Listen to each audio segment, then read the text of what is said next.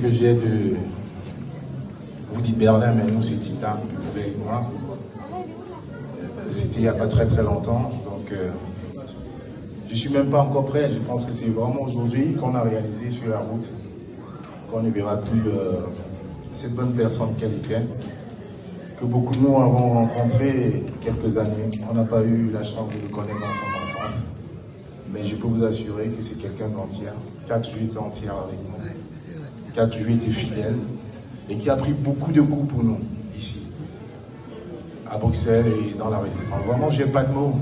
J'ai vraiment pas de mots. C'est très difficile une perte. Surtout quand c'est des personnes loyales comme celle-là qui s'en vont. Je reste sans voix. Rosuino, qui l'a connu un peu plus tôt que moi, n'a toujours dit que du bien de Tita. Donc vraiment, je ne peux que prier pour le repos éternel de son âme et dire à sa chère épouse qui a les enfants d'être forte, d'être très forte, et que la famille aujourd'hui, ce n'est pas que son épouse et les enfants. Je pense que nous formons déjà une grande famille. Et vous pouvez compter sur nous pour la suite en cas de problème, en cas de conseil, nous serons toujours là. C'est une grande perte que nous avons eue cette année. Une grande perte. Donc, à nous les pleurs ce soir, à toute la famille, et à lui les fleurs.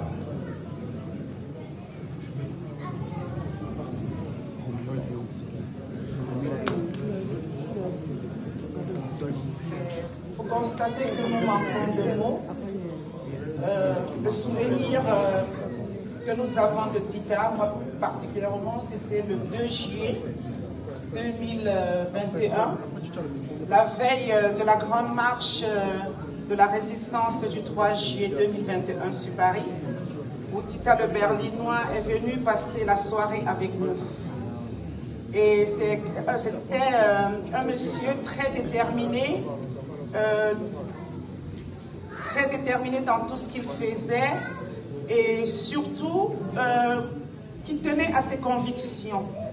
Donc il luttait pour qu'il y ait un mieux-être dans son pays qui est le nôtre, n'est-ce pas, le Cameroun, pour que les enfants là-bas puissent avoir une meilleure qualité de vie dans des années futures.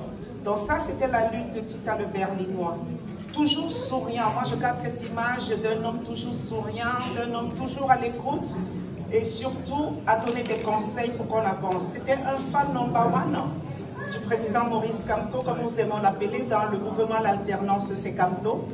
Et dans lui, il estimait, il était convaincu à 10 000% qu'il n'y avait que le président Maurice Kamto pour donner un avenir meilleur, n'est-ce pas, au Cameroun. Donc c'est dans cet ordre-là que nous avons eu à côtoyer Tita le Berlinois, à échanger avec lui tout le temps.